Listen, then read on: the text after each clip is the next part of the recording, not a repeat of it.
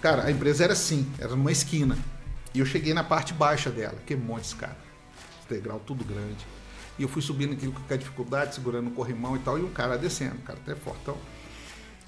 E o cara se me viu e falou, cara, você tá procurando quem? Eu falei, não, tô procurando o dono, tal, reunião com ele e tal. Aí ele falou, não, sou eu. Eu falei, é mesmo, é? Então, falou, pô, prazer, cara, sou Assis e tal. Começamos a bater papo. Ele falou, cara, eu vi sua dificuldade, você se importa se eu te carregar? Eu falei, não, cara, de forma nenhuma. E ele me pegou, sabe, tipo noiva? Quando o marido pega a noiva pra entrar, cara, igualzinho. E não é que subiu os caras, que chegou, era a área operacional, ou seja, estava cliente, estava fornecedor, estava os funcionários, todo mundo vindo, o cara subindo comigo no colo, eu de terno e gravata, que na época eu trabalhava de terno e gravata, entendeu? Para acabar de arrebentar, a sala dele era no mezanino. Então, eu subi essas escadas. Então, eu brinco muito hoje que minha bunda é a mais democrática do Brasil, entendeu? De lavador de carro a presidente de empresa, todo foi a mão nela. Porque eu não tinha disso. E esse foi um case, cara, acabou sendo meu primeiro M&A lá na frente, depois de tudo, legal, entendeu? Então, olha só pra você ver. Se eu não tivesse, né, aí entra um processo de humildade mesmo, entendeu? De entendimento ali, porque foi assim. E acabou que isso nós nos conectamos muito fortemente. Fizemos uma trajetória muito bacana, fizemos um projeto muito legal. Seja muito bem-vindo a mais um episódio do Psicologia e Gestão Podcast aqui do Romani, do Instituto Romani. Hoje eu estou com um convidado que é um sócio lá do First Class, um parceiro de negócios ali também. E, cara, esse cara tem muita história para contar. Ele tem muito resultado também nas coisas que ele faz e tem uma história de vida que pode inspirar muitas pessoas. Por isso eu trouxe ele aqui. Eu estou com o Assis, seja muito bem-vindo. Muito obrigado, Romani. Muito feliz de estar aqui pelo seu convite, né? Espero estar à altura aí desse programa do seu instituto. Tá? Com certeza você vai gerar muito valor para o pessoal. E Assis, para começar esse episódio, aqui eu gosto de entender muito da mentalidade das pessoas que estão sentadas do outro lado. Eu estou aqui na cadeira de aprendiz hoje e o meu objetivo é entender da sua trajetória e como você pode gerar valor para a gente entendendo da sua mentalidade.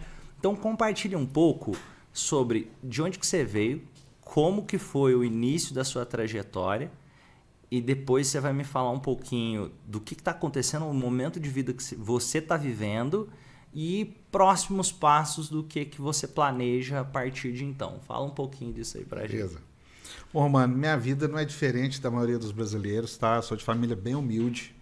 A maioria dos meus antepassados tem história de roça mesmo, de trabalhar duro ali na lida da roça. Meus pais vieram disso também. E é um berço que eu tenho muito orgulho, né? Onde que eu aprendi vários valores. Eu brinco muito que a maioria das coisas que eu prego... Você cresceu em que década? Só pra... eu nasci em 73, né? Então, década de 70, 80 e 90 aí. Eu vivi, né? Foram décadas maravilhosas. Então, assim, eu aprendi muito os valores de família, né? Respeitar avós, respeitar pai e mãe. Então, eu morava a 300, 400 metros de uma comunidade, minha rua dava, no final dela tinha uma empresa muito grande, ao lado dessa empresa já era uma comunidade, só estudei escola pública, né? Minha base educacional foi toda escola pública, e convivi muito, né, no ambiente familiar com os meus avós, com os meus tios, com meus pais, e é um berço de saudosismo muito importante, que me deram muitos pilares, que eu aplico hoje na maioria dos meus negócios, que é ser ético, não fazer nada com o outro que você não queira que faça com você, servir sempre, né? Saber respeitar as pessoas, principalmente aquelas que têm mais experiência. Né? Tudo isso eu aprendi no meu berço. Né? Eram rotinas e cotidianos que eu acho que faz muita falta hoje em dia. Né? Por exemplo, se eu chegasse no ambiente familiar e não desse a bênção aos meus avós, aos meus tios, eu era chamado a atenção. Né? As crianças tinham obrigação de brincar, né? Então tinha que ajudar ali, por exemplo, vai fazer um pastel, tinha que ajudar a avó ali na massa, vai fazer um café, tinha que moer o café. Então a gente aprendia o valor das coisas e que nada nascia pronto. Né? A gente sabia que tinha um fazer ali e acaba trazendo também a não ter tanta ociosidade, né? Saber que as coisas têm tempo, tem momento, tem trabalho para ter resultado. Né? Tudo isso eu aprendi ainda criança. Obviamente que como mindset de criança eu não tinha isso, mas hoje eu vejo isso, tanto que isso foi importante na minha vida, o tanto que isso me trouxe valores muito fortes, né? Valores de horários, de obrigações, de entender, por exemplo, se chegasse uma pessoa mais velha, ter que levantar para ela sentar, Essas coisas que hoje as pessoas, né, quase não falam sobre, para mim tem um valor intrínseco quando você chega em organizações, né, que tem hierarquias, que tem processos, né, fica mais fácil de entender todo esse arcabouço. Até só pontuando uma coisa aqui, até uma coisa refletindo sobre a geração 70, 80, 90 e uma geração mais de agora, eu percebo que tem até uma questão com lidar com frustrações diferentes. Peraí, se eu não tive resultado no primeiro ano, faz parte da vida. Hoje não tive, eu sou um fracassado, porque já tem um ano que eu estou tentando um negócio e não funcionou. Ou se me chama atenção porque eu fiz alguma coisa errada, nossa, essa empresa é tóxica, e óbvio que existem, mas o mundo está contra mim, ou... Cara, você me desculpa a franqueza, eu sou da década dos durões, né, cara? Do bang bang ali puro, né? Dos dinossauros. Então era assim, companheiro. As coisas aconteciam, você era chamado a atenção com brutalidade, né? E isso fazia com que a gente ficasse resistente. Se aprendia que existia dureza, que existia frustrações. Isso era direto, mesmo porque a minha história explica isso um pouco. Eu comecei a trabalhar com 11 anos de idade. Trabalhava e estudava. Naquela época, né, só para o seu povo podia, tá, gente? Não era crime, pelo contrário. Na minha família e aonde eu vivia, coabitava, bairro, amigos e tudo, né? Aquele pré-adolescente que não trabalhava era considerado um vagabundo. Literalmente, entendeu? Então, assim, aquilo era um valor importante. E para você se firmar como pessoa, né, se firmar na comunidade como respeito. Então, assim, as pessoas te respeitavam desde que você trabalhasse, né? Lembrando que eu vivi parte da ditadura. Então, um dos documentos principais que a gente caminhava era a carteira de trabalho. Porque quando a polícia parava, a carteira de trabalho te dava condição ali de firmar. Entende como é que funciona? Então, assim, essas questões, eu não acredito, sinceramente, que qualquer forma de firmeza, dureza, é algo que é ruim. Tudo bem, vamos separar aquilo que é feito para agressão e tudo do outro, não estou querendo justificar isso, longe disso, mas vou te dar um exemplo. Eu tinha um patrão que me chamava de tudo quanto é palavrão que você possa imaginar. Porque eu acho que tudo está na mente da gente, o que a gente faz com as perspectivas, né? Hoje de manhã eu estava no teatro lotado, dando uma palestra, e o tema da minha palestra é que somos herdeiros de nós mesmos, né? Eu acredito demais nisso. E esse patrão gritava, me xingava, tudo quanto era nome, e eu chegava em casa e falava com meu pai, pô, o cara me xingou lá, tudo quanto é palavrão e tal, meu pai falava assim, respeita ele é seu patrão. Era a única frase que meu pai falava. Hoje da polícia, da bullying, dá um monte de coisa, entende? E aquilo aconteceu comigo? Eu comecei a conviver com aquilo e falei, cara, eu preciso de vencer isso. A responsabilidade era minha, de vencer aquele atrito. O que eu fiz? Eu comecei a imaginar o que esse cara queria. Ele nunca me elogiou, mas também nunca mais me xingou. Entendeu? E hoje eu sei o tanto que isso foi importante para minha vida. Porque eu tenho um senso de percepção nos meus projetos, de lidar com altos executivos, de lidar com grandes investidores, de lidar com várias pessoas, que eu percebo isso muito rápido. Então, assim, você fala assim, o que você é melhor hoje? Eu sou melhor em passar a bola, de entender, coordenar, mentorar, foi aquele teu perfil, entende? E hoje eu prego muito lá na minha empresa, nós temos 21 anos, né, esse ano agora, eu prego muito lá na Assis Gestão o seguinte, cara, o cliente é difícil, ele é bruto, ele é duro, ele xinga, usa isso como meta, porque o próximo vai ser mais fácil. Porque as pessoas hoje querem chegar no ápice, mas não querem passar pelo processo, cara. Você conhece pessoas que têm grandes patrimônios, grandes empresas, que não são duras, que não cobram muito? Cara, não me apresenta uma. Se você me apresentar uma, tá tudo bem. E tem uma reflexão aqui por outro lado, que é o seguinte. Eu entendo que é importante ter o lado humano, mas por outro lado, não dá para você crescer na vida. Imagina que se toda hora que eu fosse falar com você, eu tivesse que pisar em ovos, porque é difícil. É difícil você ter um sócio assim, você não consegue fazer sociedade com pessoa assim, você não consegue crescer dificilmente vai conseguir crescer dentro de qualquer organização, se for uma pessoa que, nossa, qualquer coisa que eu for falar, eu vou ter que pisar em ovos porque aquela pessoa não aguenta.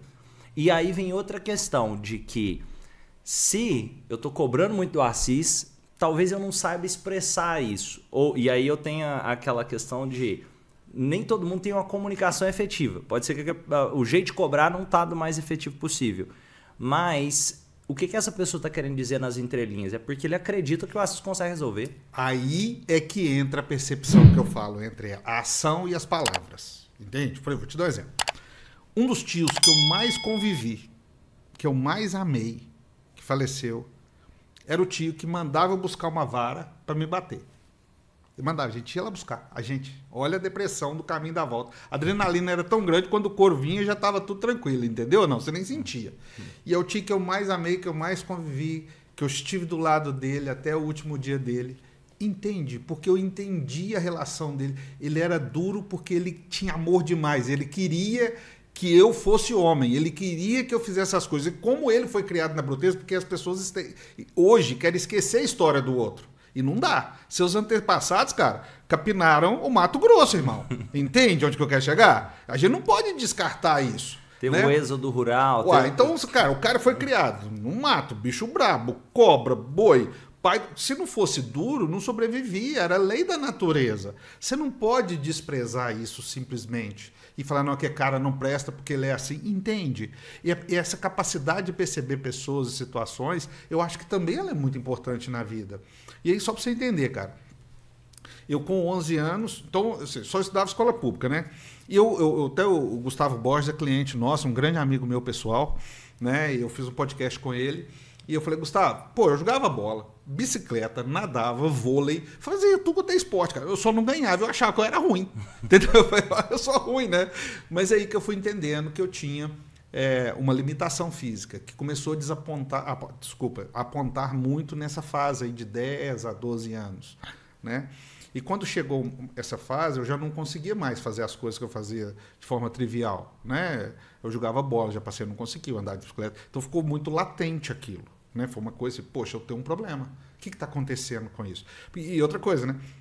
Cara, todo mundo que me amava, me chamava de mole, pamonha, tirando minha mãe, entendeu? Tirando minha mãe, o resto todo mundo era assim, cara. Pamonha, você é mole pra caramba e tal. Eu convivi com isso, cara. E levava de boa. Eu lembro na escola, eles me chamavam de mula manca, de aleijado, entendeu? E isso, cara. E são meus amigos, entende ou não? E eu convivia, né? Eu lembro que a única pessoa que xingava quando eles me chamavam era minha mãe. Entende? E, cara, eu convivia. E são pessoas que querem meu bem, que eu convivo há 40, 50 anos. Eu fiz 50 anos, cara. Então, assim, eu tenho amigos de primeira série de grupo, que eu convivo com eles. Entende? Então, assim, isso não faz as pessoas maus. Você tem que entender o ambiente, a época, por isso você perguntou as décadas, né? E o momento de cada um. Eu acho que isso é importante.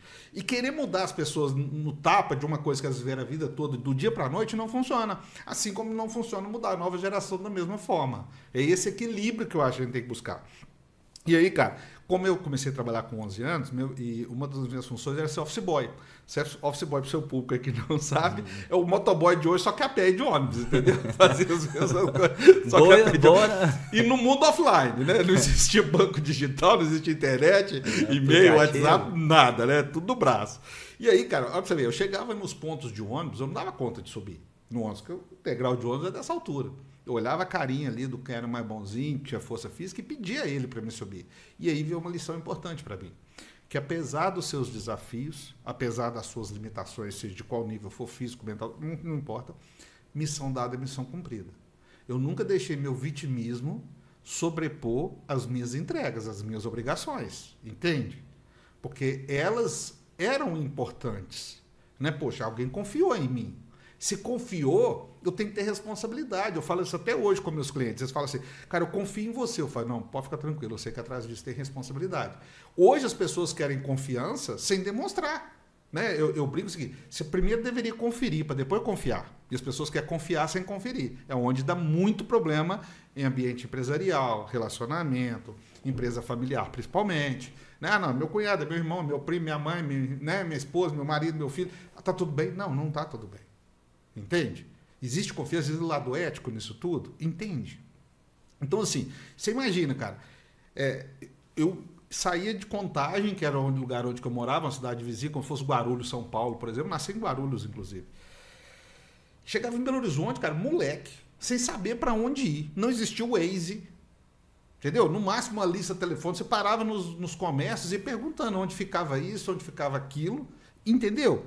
E olha você ver, o temor disso, né, já te dava segurança de você confiar, aprender a confiar em você mesmo, de aprender a se orientar, de aprender a relacionar com pessoas. Porque os meus primeiros networks foi como office boy. Por quê? Como o mundo era offline, você saía da empresa, todo mundo pedia pagar água, conta, luz, carnê, escola de menino, entendeu? Não. Você era meio que assim, você ajudava todo mundo ali, mesmo que não fosse só coisas da empresa, porque não tinha outro jeito. Ou o cara tinha que parar o trabalho para poder fazer, porque você tinha que ir no banco pagar a conta. Né? Não existia nem casa lotérica pagando conta ainda, entendeu? Não tinha aplicativo. Não existia. E aí, cara, eu chegava lá no banco, por exemplo, às vezes a fila grande demais, eu via as meninas do caixa fazer sem almoçar, sem lanchar, eu ia e buscava lanche para elas. Entendeu onde que eu quero chegar? Aí eu comecei a me relacionar. Obviamente, o dia que eu chegava no banco atrasado, elas também me põem para dentro. Entende? Aí eu comecei a entender que servir o outro era uma forma de conexão.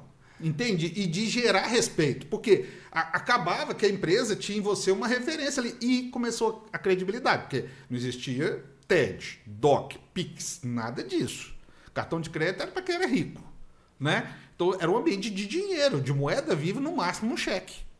Entende? E as pessoas passavam a confiar em você, aquilo ali. Que você pegava e entregava. Eu lembrei veio uma memória aqui, quando eu era criança, às vezes me dava R$1 para eu ir no banco, pegar a fila e fazer. Eu achava a coisa mais boa do mundo. Era isso. Ficava feliz da vida de pegar a fila, andar lá longe a pé por causa de R$1 E hoje as pessoas querem pular etapa, né? As pessoas, eu quero ser diretor, eu quero ser CEO, eu quero ser C-level, seja de qual nível eu for. Eu olho para isso e falo, cara, tá perdendo uma oportunidade da sua vida. Por quê? O dia que eu passei a frequentar o ambiente interno das empresas, porque nem sempre você estava tomado, tinha dia que você estava livre. O que eu passei a fazer? A servir a turma de dentro, porque sempre todo mundo muito cheio de serviço, né? E aí, para eu chegar no financeiro, o cara me pedia ajuda, né, para compor ali o time, eu tinha uma visão de fora que ele não tinha. O cara que estava com a bunda na cadeira não tinha visão. O cara que não passou por office boy, entendeu? E eu comecei a sacar isso. E eu falava com os caras, ó, faz 3 cheques aqui, ó. O banco não vai aceitar um cheque só para pagar tudo. Fornecedor. Porque eu sabia o caminho, eu sabia o processo, entende? A visão, como é que começou? Aí, pô, eu ia pro Cardex, era tudo ficha, você controlava estoque, tudo em ficha de Cardex. Cabeça branca vai lembrar disso, entendeu? Então eu fui aprender que era almoxarifado, supply chain. Aí, pô, eu fui para balcão, então eu fui aprender comercial, lidar com pessoas, tratar, fui pro caixa, fui aprender a lidar com dinheiro, troco, essas coisas, entende?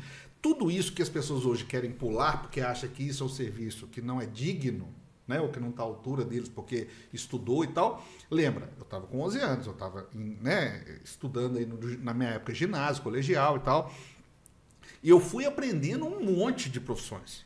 Esses dias eu tive uma discussão com o RH, né, num cliente nosso lá, porque ela veio dizer o seguinte, a pessoa está acumulando função, está fazendo mais do que foi contratado. Eu falei, cara, tudo bem. Então você está me falando o seguinte, se a pessoa foi contratada só para A, ela vai fazer, como é que ela vai aprender carreira? Como é que ela vai crescer?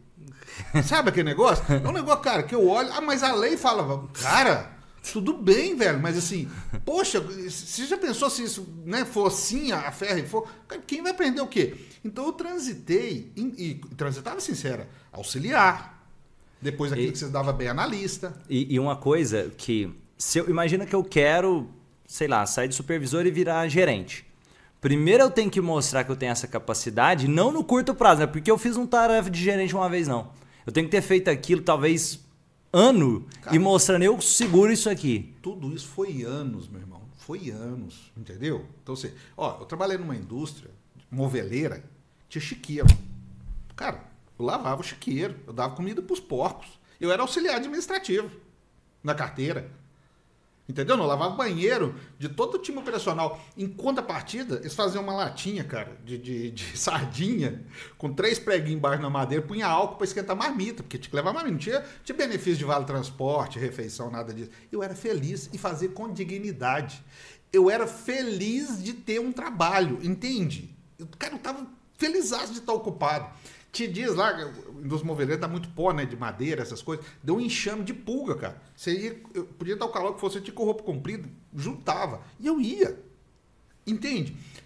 Aí hoje as pessoas que por dificuldade nas coisas, eu olho para isso e falo, cara, não entendeu o processo, não entendeu que se não passar por ele, mesmo que você conquiste altos cargos, cara, não vai ser a mesma coisa, entendeu? Vai ter a frustração, não adianta. E assim, cara, eu fazia com a maior alegria do mundo, sentava com todo mundo lá da área da operação, a gente comia lá na marmita junto, entende? Era assim. Foi assim que eu fui tendo visão de processos de pessoas. Eu fui skin the game.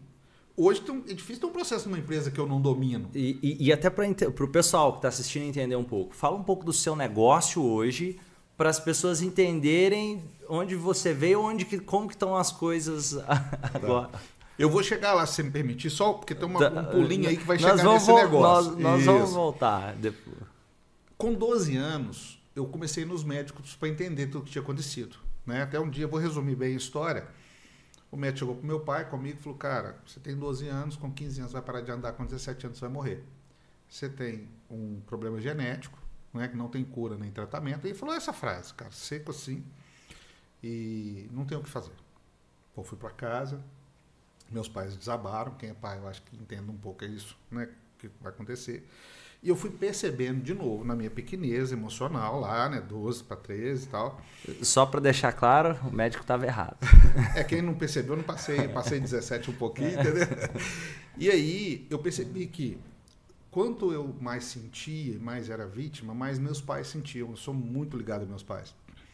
E aí eu passei a encarar a vida de um jeito assim, cara, já que seja. Né? Então eu não desisti de viver porque me diagnosticaram de morte. Eu vou viver até que essa hora chega. Entende? E aí que eu fui para campo mesmo. Eu entrei numa empresa familiar, que era uma empresa que cuidava de logística, fazia construção de obras de maior porte e tal. De novo, lá embaixo, né? Lá embaixo e tal. E tive oportunidades lá dentro. Me sacrifiquei pra caramba. Eu sou um cara que eu já devo ter feito não sei quantas mil horas extras sem nunca receber uma. Já fiquei quantos anos sem tirar férias, sem nunca ligar para isso. Não estou pregando isso, que está certo ou deixou de estar certo. Estou dizendo que eu fazia isso e entendi que era um investimento para mim mesmo. Eu nunca entendi isso como estão aproveitando de mim. Porque eu entendi assim, que, cara, eu sou livre. Eu só estou onde eu me possibilito estar. Né? Se eu estou ali e tem o skin the game ali, cara, eu vou para dentro, entendeu? E eu via naquilo oportunidade. Nesse grupo eu cresci, né? Cresci muito no grupo. Levei agronegócio para dentro e tal. E 20 e poucos anos eu já era CEO do grupo. Eu fui CFO, fui CEO. Só voltar um pouco, que eu acho que isso aqui é bem relevante, que todo mundo quer uma porta aberta, mas pouca gente está realmente disposta a abrir portas para que encontrar portas abertas do outro lado. Você deu o exemplo aí das horas extras. Eu fui fazer uma entrevista de emprego recentemente com o pessoal contratando e me surpreendeu o número de pessoas que... A pergunta foi... o que você acredita que você pode acrescentar para o negócio? Como você pode gerar valor para o negócio? Tinha pessoa que respondia coisas como, eu acho que aqui vai ser uma empresa que eu vou ter a oportunidade de crescer. Ou, percebe, eu estou perguntando como ele vai acrescentar, ele está dizendo como eu vou acrescentar. Aí depois, outro, mas quantas horas é por dia que eu tenho que trabalhar? Como que é? Trabalha sábado? A pergunta é, como você pode acrescentar para o negócio? Então, fica muito aquela ideia de, peraí, quais as portas você vai abrir para mim? Só que sem antes querer mostrar quais as portas eu vou abrir para você e os problemas que eu vou solucionar para você. Eu gosto de dizer, pelo menos o que eu acredito, se o colaborador de uma empresa, de qualquer empresa, ele entrar com a cabeça de que, imagina que a empresa não está pagando um salário fixo para ele, e sim como se contratar uma consultoria que ele tem que entregar resultado e que se ele parar de entregar resultado, ele vai ser desligado ali da consultoria que ele está prestando. E que ele tem que pensar a forma de aprender novas habilidades e entregar uma coisa melhor. E se entregar, fica quase que impossível aquela pessoa não crescer. Se não for dentro daquela empresa, em algum lugar... Eu tenho uma fala que incomoda muito, cara, mas é o que eu acredito. Eu não sou aquele cara de internet que fala para vender para os outros ouvir. Eu sou de verdade, cara. Então é o seguinte, eu nunca vi ninguém se dar bem trabalhando de 8 às 18, ponto. Me apresenta um. O dia que vocês me apresentar uma pessoa que chegava no horário, saía no horário, cumpria todos os horários, me apresenta. Eu não conheci. Tem 40 anos de mercado, nunca vi. Entendeu, não? Geralmente são os caras que viram noite, trabalham sábado e domingo, entende? Então, é isso, cara. Então, assim, eu carreguei isso desde sempre. Só que a minha mente era virada para isso. Eu era feliz, entende? Eu fazia com gosto. Pô, ficava cansado? Ficava cansado. Tudo bem. Cara, mas ficar cansado faz parte da vida, né? Você pode ficar cansado, por exemplo, vir à noite em boate. Também você vai ficar cansado. Entende? Cada um... E assim, eu já fui um cara da noite, inclusive, mas eu aguentava o processo. Entendeu? Eu dormia pouco, rodava 1.000 quilômetros no outro dia. Eu cheguei a rodar 10 mil quilômetros por mês. Nossa. 10 mil quilômetros por mês. Chegava nos hotéis, dava conta de subir escada, cara. Era carregado, o porteiro, os seguranças, entende? Então, assim, eu suportava o processo e fazia. E as pessoas, é o que eu falo, quem hoje no ambiente empresarial, pessoal, não quer alguém que vista a camisa e que faça? Todo mundo quer, cara. Agora, quantas pessoas querem fazer? Você está falando de entrevista, eu escuto assim, aqui tem que trabalhar muito? Eu falei, não, sessão da tarde, todo dia, tá tranquilo, entendeu? Chegou uma pessoa um dia no meu escritório, coincidiu de eu ver ela chegando no carro. Um carro de 100 e tantos mil. Tava trajando uns 40 entre relógio, nada contra, tá? Nada contra. Mas primeiro emprego. Beleza? E no meio da entrevista ela falou assim, mas meu pai falou comigo que por menos de 6 mil reais eu não preciso trabalhar. Então você imagina uma pessoa que está dentro da casa, ela já tem um padrão de vida que quem ganha 30. Porque se você pegar o carro, manutenção, seguro, né, IPVA, multa, tal, gasolina, tal, mais roupa, iPhone, cara, tem um padrão de quem ganha 30 pau. Acordando a hora que quer, fazendo o que quiser. E o pai ainda fala com ela isso. Eu falei, parei a entrevista e falei, então vou fazer o seguinte, fala com seu pai que tem que pagar 20 para te ensinar a trabalhar. E aí eu reembolso você os 6. Entendeu? Porque não dá, cara. Como já sai de dentro de casa assim. Entendeu como é que funciona? Cara, essa menina já tá morta, ela só não sabe. Entende? E você pensa a faculdade. É muito louco como a cabeça tradicionalmente funciona. Na faculdade, tudo bem, eu pagar 1.000, 1.500 por mês durante 5 anos para ficar vendo um monte de teoria e depois de 5 anos tentar começar alguma coisa e aí tudo bem. Agora, se eu precisar receber, vou dar o exemplo dos mesmos 1.500 por mês para aprender e crescer, não, isso é horrível, é uma exploração e... Cara, e assim, como eu passei por muita dificuldade, né, assim, os desafios, né, naturais, até pela limitação agregava um pouco mais ainda, eu tinha para mim sempre, eu nunca trabalhei para ninguém, eu trabalhava para mim, entende? Eu estou nesse ambiente, o cara grita e tal. Tá, mas tem um monte de gente que grita comigo e não me paga. Ele me paga, pô. Entendeu? Mas o cara é chato. Porque hoje as pessoas dizem assim, mas tem um monte de gente chata que não me paga, cara. Que é chato ali me paga. E outra coisa, se você mudar, igual eu vejo, eu tive uma fala no Instagram que eu fui super questionado lá, teve um maior buzuzil, que eu falei o seguinte, isso acontece, é fato. Eu olho pro currículo, tá assim, 6 meses, 1 ano, 6 meses, eu não chamo pra entrevista, eu não perco meu tempo com isso. Porque eu não acho assim que 10 empresas tá errado. Aí eu escutei assim, não, com 6 meses eu já cumpri minha missão, já entreguei meu legado. Eu falei, cara, eu fico pensando, como? Porque se eu trouxer o Bill Gates, pegar os caras mais feras do mundo aí, eles vão demorar 3, 6 meses para aprender o ambiente, o momento, por mais seja da área deles, entende? Você tem um momento de absorção ali, de imersão, né? As pessoas, a pessoa com 6 meses, ela entrou, entregou, ainda deixou um legado, poxa, eu não consegui fazer isso, né? Porque eu fui burro pra caramba, eu trabalhei muitos anos para conseguir deixar legado, entende onde que eu quero chegar? Então, assim, esse tipo de coisa hoje ficou fácil das pessoas fazerem. Mas, cara, precisa ter profundidade, porque tá todo mundo vivendo mente de pires, cara, é raso demais, entende? E aí precisa ser mais profundo. E olha só pra você ver, como é que o ambiente te percebe. Na faculdade, eu rodava 10 mil quilômetros por mês, tinha obrigação pra caramba nas empresas que eu trabalhava. Era uma empresa familiar, pai, mãe, 7 filhos. Então eu recebia 9 ordens do amanhecer ao pôr do sol. Ainda tinha que ter jogo de cintura de não colocar gasolina no fogo, entende? Sabe? Foi outro remeleixo. Por que hoje eu não dou super bem de gestão de empresa familiar? Porque eu vivi isso na minha pele, meu irmão. Eu sabia o que era ego de irmãos, entendeu? Briga de marido e mulher, né? Poder matriarcal, patriarcal, entendeu? Eu vivi isso tudo. Entende? Eu vivi. Aí o professor, que era o coordenador do curso de Ciências Contábeis da PUC, que foi a primeira escola que eu paguei, falou comigo, cara, você tira boas notas, só apresenta trabalho massa, mas tá faltando. Naquela época a presença era caneta ainda, não tinha internet, essas coisas assim, era tudo a caneta. Não tinha internet assim, não tinha sim, não tinha software, utilização, aplicativo, não existia isso. Não existia o smartphone, né? E aí, cara, vamos fazer um projeto para compensar suas horas? Eu falei, vamos. Então, olha só, eu trabalhava, estudava, viajava, e não tinha que fazer um projeto para compensar minhas horas, entendeu? O que eu saquei? Eu falei, cara, eu queria empreender, eu tinha vontade de empreender. Eu falei, vou pegar tudo que eu vi, e o que eu via? Na dor do crescimento, o empresário travava. Por quê? As pessoas querem confundir gestor com empreendedor. Você pode ser um excelente empreendedor, não tem nada errado, e não ser um gestor. Assim como você pode ser um ótimo gestor e nunca vai ser empreendedor. Porque senão não existe esse level. Concorda comigo ou não?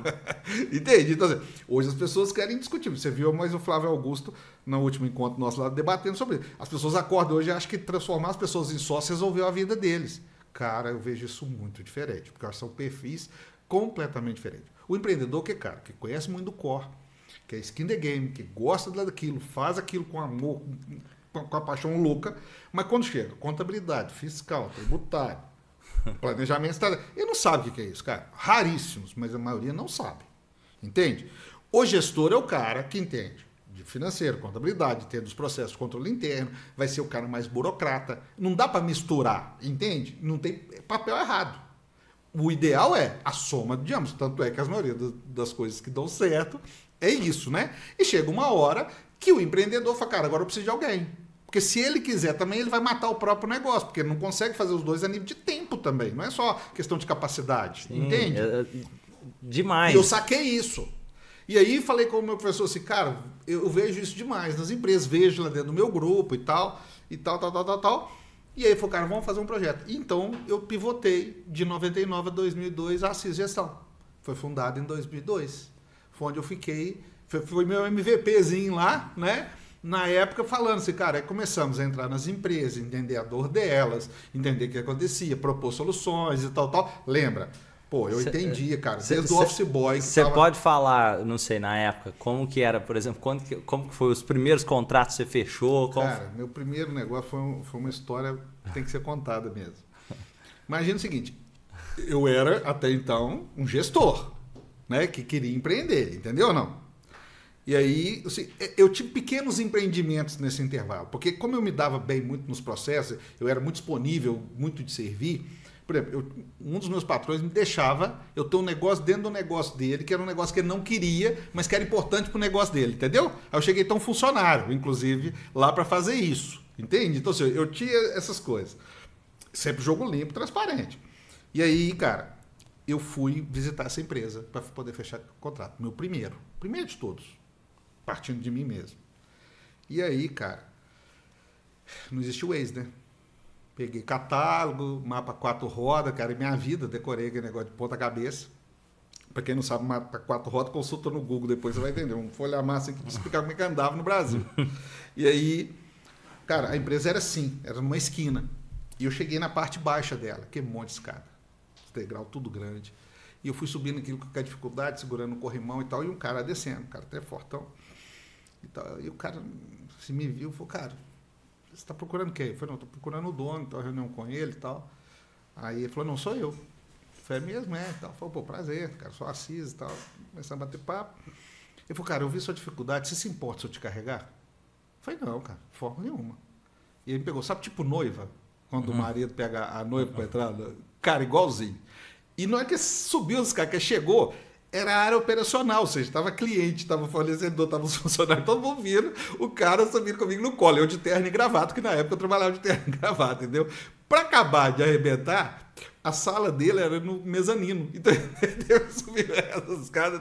Então, eu brinco muito hoje que minha bunda é a mais democrática do Brasil, entendeu? De lavador de carro a presidente de empresa, todos põem a mão nela. Porque eu não tinha disso. E esse foi um case, cara, acabou sendo meu primeiro M&A lá na frente, depois de tudo, entendeu? Então, olha só pra você ver. Se eu não tivesse, né, aí entra o processo de humildade mesmo, entendeu? De entendimento ali, porque foi assim. E acabou que isso nós nos conectamos muito fortemente. Fizemos uma trajetória muito bacana, fizemos um projeto muito legal. E ó, nessa atitude aí dá para ver a atitude empreendedora dele já.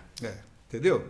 Então esse foi meu primeiro caso ali e tal. Então, assim, toda essa história, né, advinda de todos esses processos, vai fazendo você perceber. É porque eu vejo muito assim. Eu entendo muito que a responsabilidade da felicidade, do posicionamento, da alegria ou da tristeza, né? Depende muito da gente. Vou te dar um exemplo. Se você levanta, com 20 minutos você troca a sua roupa, vai ao banheiro e tal, cara, eu gasto mais de 1 hora. E eu dependo. Né? Então, eu dependo de alguém me levantar da cama. Eu dependo de alguém me sentar no vaso. Eu dependo de alguém trocar minha meia. Fala um pouco mais da sua condição. Cara, eu tenho atrofia muscular espinhal, né? Eu só fui descobrir o que era com 17 anos, através da rede SARA, que eu fiz um exame. Então o médico tinha interpretado uma outra questão genética, tá? Que é mais mortal, não que a AME não seja. A AME, que é a atrofia muscular espinhal, é a doença que mais mata criança no mundo. Ela tem tipo 1, 2, 3 e agora o tipo 4. Todo mundo conhece muito a ELA, porque é mais famosa, né? Mas é uma síndrome degenerativa, neurológica, neuromuscular. Seus músculos vão parando, eles param de ser abastecidos pelo organismo, de nutrientes e tudo, e ele vai parando de funcionar ao longo do tempo. Né? Então, por exemplo, crianças que nascem com a tipo 1, elas já têm que nascer ventiladas, elas não conseguem nem respirar, vai durar pouca fase da infância. Tipo 2, vai um pouquinho mais. Só um detalhe, o que você teria para falar, talvez, para uma mãe que ouviu a mesma coisa que seus pais ouviram lá naquele momento, ou para uma criança que talvez houve um diagnóstico desse? Cara, eu vou falar o que meus pais fizeram por mim. Deixe-os viver. Né? Porque um dos grandes respeitos e amores que eu tenho pelos meus pais foi a capacidade de... Né? Não eram formados, não tinha visão. Você volta 40 anos, genética no Brasil, né? Não existia, cara. Isso era só porque tem muito dinheiro, mesmo quem tinha, não era um negócio assim. Então ninguém entendia bem, na verdade. E eles tiveram a coragem de deixar viver. Né? Eu achei que foi da parte deles a maior herança que meus pais me deram foi isso, porque isso acabou me fazendo entender, interpretar, me conhecer, saber das intempéries do mundo, dos desafios, né? Dos riscos, e me fez transformar em tudo que eu sou hoje. Né? Então eu acho que cuida, faz o que tem que fazer, mas deixa viver. Entenda que é uma pessoa que tem que passar por um processo, né, e que esse processo, quanto mais protegido ele for, menos resiliente ele será, e talvez ele vai cobrar isso lá no futuro, porque acaba que, né, a gente vive num time de limitação de vida louco, né? Vai viver, não vai viver, morre, não morre, é negócio de doido. E vem o processo que você vai percebendo, né, suas perdas, não tem como, coisas que você fazia naturalmente. E se você não passar pela lapidação, né, se você não passar ali pelo processo crítico, você não vai criar a resistência necessária para viver o momento da limitação, de viver ela com dignidade, né, e respeito. Então, por exemplo, enquanto eu passo por todo esse processo na parte da manhã, eu vou escutar podcasts legais, vou ler coisas boas, ouvir coisas boas. Eu gosto muito de mandar mensagem para todo mundo de manhã, de alto astral, de alegria, para inspirar as pessoas, para que na hora que eu saia daquele processo, eu saia 100%. E não ficar ali, cara, coitadinho de mim, porque eu... Cara, eu tenho um monte de defeitos, tá? Mas tem um que eu acho que eu não... É tal da hipocrisia, é um negócio que acaba comigo. Então, por exemplo, eu tava agora nos Estados Unidos, fiquei lá 17 dias, só coisa bacana. Levei meus filhos na Disney, estou abrindo uma filial lá, abrindo o primeiro braço nosso internacional. Parceiros, amigos lá, sempre para jantar. Encontrei com vários do First Class lá, por coincidência encontramos lá o Thiago, por exemplo. Cara, eu não tô lá, eu não pergunto a Deus por que eu, o universo, né? Por que eu? Quando eu estou num restaurante legal, quando eu compro uma casa, quando eu compro... Eu não pergunto por que eu. Porque na hora das dificuldades eu vou falar por que eu. Entende? Fantástico. Esse mindset eu carrego comigo, cara. Entende? Eu não vou ser hipócrita. Porque senão fica assim, tudo maravilhoso, esquece da vida, do universo de Deus, o nome que cada um quiser dar, tá? Mas, cara, e na hora do perrengue, não, eu sou um coitadinho? Entende? Então, cara, é balança. Entende? É balança. E, né, nessa balança, né, cara, tá tudo bem. Entende? Eu não posso a vida toda querer só vencer. Eu falo assim, ou eu perco ou eu aprendo. Ou eu ganho ou eu aprendo. Eu nunca perco. Entende? Porque as pessoas hoje não querem perder, cara. Então, cara, faz parte. E na vida, existe muita ideia no Instagram que tudo é perfeito. Mas ninguém vai fazer um vídeo com diarreia, vomitando, passando mal e deixar, olha o jeito que eu tô aqui agora. E na maior parte dos momentos é problema. No dia, a dia tem problema pra caramba. O dia todo. E tem problema familiar, e tem problema como pai, como marido, e como filho, e como... Cara, é de tudo. Com cliente. É lógico. Hoje eu falei na palestra, falei, vocês estão me vendo aqui no palco. 700 tantas pessoas. Mas, cara, minha vida é bastidor. Entendeu? Minha vida é tudo que eu demorei para chegar aqui, cara. O perrengue de rampa, de não ter acessibilidade, entende? É isso, cara. Quer ver um exemplo? Hoje eu estava no aeroporto. 2 banheiros acessíveis. Os 2 fechados. As 2 pessoas que saíram de lá não eram portadores de necessidade especial. Eu nunca, nenhuma vez, é 100%, estava aguardando um banheiro para portador de necessidade especial que tinha alguém com necessidade especial lá dentro. Então as pessoas é o seguinte, e pior, às vezes a mãe levando o filho, o pai levando a filha. Já ensina a nova geração que não precisa de respeitar. Entende onde que eu quero chegar, cara? Então assim, cara, você tem lá um banheiro grande com 10 sanitários, a gente tem um com um sanitário, e o outro não é uma questão da gente querer ou não, a gente não consegue chegar. Entende? Aí o cara sai de lá pro conforto e bem-estar dele, porque teoricamente é mais limpo, né? E vai lá. Hotel, o que tá tendo de gente ocupando os quartos PNS porque são quartos maiores. Entendeu? O pessoal descobriu isso. O cara vai lá e aluga. E eu chego lá, não tem quarto para mim. Entende? Então, assim, as pessoas não entendem o processo. Para mim estar aqui, para a gente estar no First Class até sábado, cara, é avião, sou carregado o tempo todo, dou para tudo quanto é lado. Perrengue, eu não consigo ir no banheiro no avião. Me fala qual avião, nacional, internacional, que você consegue entrar dentro do banheiro um cadeirante. Me apresenta um. Entendeu? Chego, tô aqui contigo, tem uma reunião logo, não dorme, First Class, né, aprendizado o dia todo. E você entende? É isso. E isso é o bastidor. Essa é a vida. Larguei meus filhos lá, né, morrendo de saudade, entende? Existe um preço sendo pago o tempo todo, que tem gente que tá vendo... Quando você tá dando a palestra, existe lá, por exemplo, seus filhos estão longe, a esposa, tem coisas no trabalho que estão precisando ser organizadas e tal, e tá vendo só a palestra, só o palco lá. Muita gente quer falar, nossa, eu queria fazer o M&A como o Assis faz, fazer tal... Mas espera aí, será que você queria porque você está querendo a sobremesa ou você está querendo passar por todo o processo? Cara, e assim, eu sou um cara duro. Eu cobro muito da minha equipe, cobro muito mesmo, sou duro na cobrança, quem trabalha comigo sabe disso. Mas eu sou duro com meus filhos também, sou duro com meus amigos também. Então, assim, uma das formas de quem sabe me interpretar de amor é ser duro, porque lá na Assis todo mundo fala. Se alguém falar com você que o Assis falou, não é verdade. Porque você tiver que falar, e falar na frente. E outra coisa, se ele parar de falar, é porque você está na lista, entendeu? Cara, eu não vou perder tempo com quem não quer. Isso que eu ia te falar. Entende, cara? Meu tempo, com quem quer? Aí eu brigo mesmo, me xingo, falo, poxa... entrou a menina lá no administrativo esses dias, e ela chegou terninho, toda maquiada, pô, bacana e tal. E ela sentou na cadeira, né? Já estava contratada, meu time tem autonomia para isso. Para me conhecer e tal, eu falei, você aguenta xingo? Ela falou, o quê? Eu falei, xingo, de xingar. Você aguenta xingo? Ela falou assim, por que você está perguntando isso? Eu falei, não, eu estou te perguntando porque eu quero entender. Ela falou assim, ela levantou da cadeira e falou, vai embora, né? Pensei, né? Ela falou, você está achando que eu sou mimimi? Ajuda minha mãe, minha irmã. Você está contratado, quer saber da parte técnica? Não pode. Você está lá na cadeira, dessa cadeira. Por quê? Eu contrato perfis e desenvolvo habilidades. Entendeu ou não? Porque, cara, é o seguinte, olha só pra você ver como é que tem coisas que eu acho que a conta não fecha, na minha visão. Imagina o seguinte, você tem uma pessoa que é um aprendiz. Beleza. Esse aprendiz, você tem que ter uma tolerância com ele. Então, o que eu faço? Eu não tenho essa tolerância hoje mais, porque eu estou num nível estratégico. Eu coloco pessoas que estão num nível que tem essa tolerância, entende? Perfil. Para desenvolver eles até na hora que eles vão se plugar comigo. Eles têm acesso a mim, bater papo. Não tem ninguém na Assis que não tem acesso. Eu acredito que toda empresa é uma escola. Ele tá na primeira Mas série, você tem que se perceber também, entendeu? Agora, os que têm acesso direto a mim, cara, é porrada, entendeu? Não, pô, o cara já tá aqui. Eu fiz uma pergunta pro meu time assim, quantos por cento eu interfiro nos processos de vocês hoje? Pô, a gente trabalha no mundo todo, só grande empresa, né? E tal.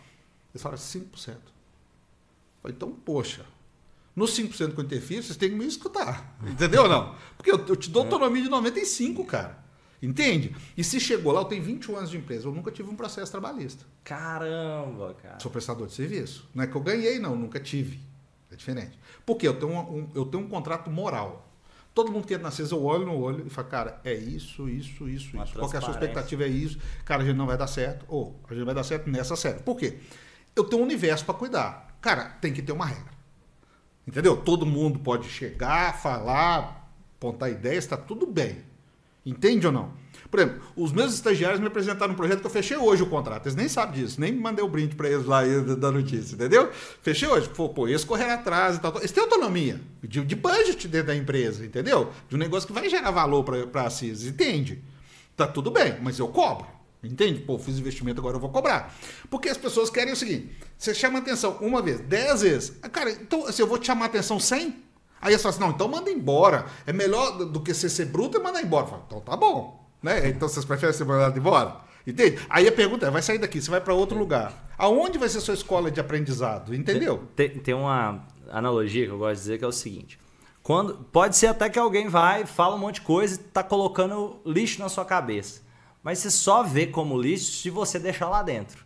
Então, exemplo, eu posso pegar aquilo lá e transformar em algo que vai me fazer crescer. Exatamente como você fez. Você falou, eu era xingado de graça, eu vou usar isso aqui como, ao invés de receber uma tijolada, deixa eu entender isso como um presente. É isso aí, entendeu? E eu entendo isso até hoje. Os clientes que são duro, bruto, que xinga, eu encaro. É os que eu atendo. Entendeu? Porque eu falo, cara, o próximo vai ser mais fácil. E hoje é. Hoje eu levo com leveza. Entendeu? E meu time aprende muito isso. Meu time hoje sabe entender, sabe buscar, sabe tratar o cliente. Entende? Aí que você deixa o legado. Porque se você quiser só o viés fácil, cara, como é que você vai criar dentro do universo só empresas boas, que estão crescendo só com pessoas fáceis? Cara, você vai ter que ser foda no comercial. Entendeu ou não? Você vai ter que ser muito fera no comercial para ter um filtro desse porte. Entendeu de que eu quero chegar? Então, assim, cara, é encarar. Tem que encarar, né? Obviamente, quando chega nos limites, a gente senta, a gente conversa, mas eu também não tenho problema. Quando eu exagero e tudo, eu chego e falo, cara, me desculpa. Cara, eu errei. Fiz isso há 2 reuniões atrás, nossa lá. Chamei e falei, cara, eu errei. Estava num momento assim, assim. Mas eu também explico, aprenda a me entender. Porque isso eu acho válido para todos os ambientes. Quer ver um negócio? Vamos pensar, você é casado, saiu de casa, tá tudo bem, a mulher te deu um beijo, então você chega, não aconteceu nada durante o dia, nem se falaram, nem um WhatsApp trocar. Você chega à noite, a mulher tá de cara virada. Como é que fica a sua mente? O que eu fiz, o que eu não fiz? O estresse disso é gigante, não é assim? O mesmo vale para o profissional. Então, eu sou o cara seguinte, eu penso assim, comigo tem que ser assim. O processo eu passo, me entenda assim, eu sou muito transparente na forma de lidar comigo, entendeu ou não? Eu sou assim. Então, assim, entenda assim. Porque eu acho que assim você facilita a vida do outro, entendeu? E, cara, eu vou te falar que o meu pai, ele me trouxe muitos princípios que você falou aí, e é interessante que na hora que você foi falando, me veio à mente, meu pai é um cara que ele cobra muito, desde pequeno, por exemplo, eu tinha 6 anos de idade, ele falou, você tem que aprender a pagar sua própria Coca-Cola, ele falava com 6 anos de idade. E a pergunta é, ele queria ser o bem ou não? Porque essa é a pergunta que tem que se fazer, né? Pensa, é meu pai. Não, eu estava lá nos Estados Unidos agora, é o seguinte, cara, o filho com 16 anos, dependendo do estado, que é onde o filho já pode dirigir, tal, ele paga aluguel. Quer ficar dentro de casa? Paga aluguel. Não quer, vai pra rua. Entende? Cultura, pra gente isso aqui é um absurdo. Entendeu? Então, assim, depende de onde você tá. Porque o mundo não vai parar. Entende? O mundo não vai parar. Meu pai sempre foi durão. Mas meu pai sempre foi um exemplo pra mim. Meu pai ganhou um prêmio, foi operário padrão da Fiat Automóveis, lá em Minas Gerais, quando a Fiat tinha mais de 40 mil funcionários diretos CLT. Ele se destacou. Porque era o cara que entregava. Dava greve, se saísse, apanhava para voltar para entrar. Ele dormia lá dentro. Entendeu? E aí entra a dignidade da esposa. A minha mãe nunca referenciou meu pai durante a minha infância e adolescência como algo ruim. Então ela soube suportar o processo dela, porque a esposa era ela, né? Meu pai é um cara que nunca deu cartão de crédito à minha mãe, nunca levou para jantar, nunca levou no resort, entendeu? Nunca deu roupa bacana, nunca deu joia. E eram as referências que ele tinha. E ela, todos os dias, toma banho, passa batom, põe brinco e recebe ele com a jantinha pronta e põe lá no prato. Então, quando as pessoas criticam isso, fala, cara, depende. Esse é o universo deles. Entende? E eles são felizes, são casados há mais de 50 anos. Eu vejo muita gente que prega outros fatos e não ficam casados, né? Então, assim, é por isso que eu falo das ações, dos resultados e não só da fala, porque falar tem para pagar e fala, né? Então, assim, eu olho para isso, né? Eu aprendi muito na constelação familiar também, e respeitar o posicionamento do meu pai. Né? Porque daí, quando eu pude, eu comecei a dar muita coisa para minha mãe. Né? E eu percebi uma hora que eu estava interferindo na autoridade do meu pai. Entende? Eu tive que me colocar no meu lugar. Entende? Então, assim, mas hoje, meu pai, a roupa que eu uso, ele usa, da mesma etiqueta e tudo, entendeu? Minha mãe tem dignidade. Eu cuido deles. E tem um fator muito importante. Eu percebi, na minha época de adolescência, quando você trabalhava, você tinha autonomia, né? Então, eu podia sair, pô. Eu trabalhava, tinha o meu dinheiro, né? Então, comecei a sair muito novo também, né? E tal. E o que eu percebia? Todos os meus amigos, que os pais davam as coisas, na época quem tinha XR3, no Escort XR3, era magnata, né? Era o carro que marcava a presença total. Que os pais davam, e ao longo do tempo esses pais quebraram, por exemplo, a família perdeu grana e tal. Esses filhos que nunca fizeram nada, nunca colocaram real, nunca trabalharam para merecer, colocaram as culpas nos pais por eles não ter mais nada. Entendeu? Não. 100%. Não é 99%, não. E 100% de todos nós que vivemos perrengue, que o pai nunca ajudou, materialmente falando, que eu estou querendo dizer, todos nós ajudamos nossos pais. Entende? E tem senso de gratidão. E tem amor. Porque as pessoas hoje querem ter amor sem ter respeito. E eu acho que o amor de verdade você tem que vir com respeito primeiro. Você respeita primeiro, depois você vai amar. Entendeu? Eu não acredito no amor sem respeito. Entende? Isso aí que você falou é muito forte. E o respeito, eu vou colocar o amor. A gente faz essas coisas, é aquilo que eu falei muito. Tem a ver com o que eu espero daquela pessoa. Eu acredito que eu quero bem para aquela pessoa. E outra, eu entendo hoje que cada pessoa, se ela tá falando de forma grosseira, se ela te tratou mal, sei lá, no trânsito, tem alguma história por trás que eu não sei qual que é a história daquela pessoa. Mas eu posso olhar para aquilo e pensar, olha que cara sem educação. Na verdade, no momento que eu faço isso também, tem alguma coisa a ser trabalhada em mim. Claro. Quando eu me incomodo, vou dar um exemplo. Se o Assis chegasse... Eu gosto muito de pessoas que sejam duras comigo, até porque eu convivo com meu pai. Então eu também prefiro. Eu vou dar um exemplo aqui. Eu lembro de uma vez que eu tinha, lá atrás, eu entrei num grupo de mastermind, que na época era desafiador para mim. Na época eu vendi um carro e eu peguei o dinheiro do carro, entrei e aí eu fui falar pro cara, nossa, que eu tive uma ideia assim, tem um cara lá na minha cidade que é muito bom vendedor, eu vou trazer ele e vai dar certo, né? Ele falou, não, então é esse cara que tinha que estar aqui, é ele que vai fazer esse negócio, você não vai dar conta não. Ele falou, na hora que ele falou isso pra mim, eu falei, opa, peraí, tem coisa que eu preciso aprender. Talvez eu tava realmente pondo a expectativa que alguém ia solucionar meu problema. Parece simples aquilo que ele falou, mas aquilo me fez, eu vou mostrar pra ele, que entendeu? Que muda, e ele falou de um jeito duro, como se fosse assim, quase que, e eu gosto disso. Tem outras pessoas que vão ouvir a mesma coisa, e falar assim, nossa, por isso que meu projeto não deu certo, ele não acreditou em mim e não funcionou para mim. Eu tenho para mim, eu conversei muito com meu filho nessa viagem sobre isso, mais velho. Eu falei, cara, você acha que o dia que você sair de casa, as pessoas vão ter tolerância, vai aceitar seus desvios, você tá olhando pro telefone, não vai te cobrar, não vai ser duro? Essa é a realidade da vida, né? E eu tenho para mim, Romano, o seguinte, todas as vezes, todas, 100% delas, que você virar e falar assim, o meu problema é por causa do governo, da minha esposa, do meu marido, do meu amigo, do meu irmão, do meu sócio, do cliente, do mercado, você já está errado.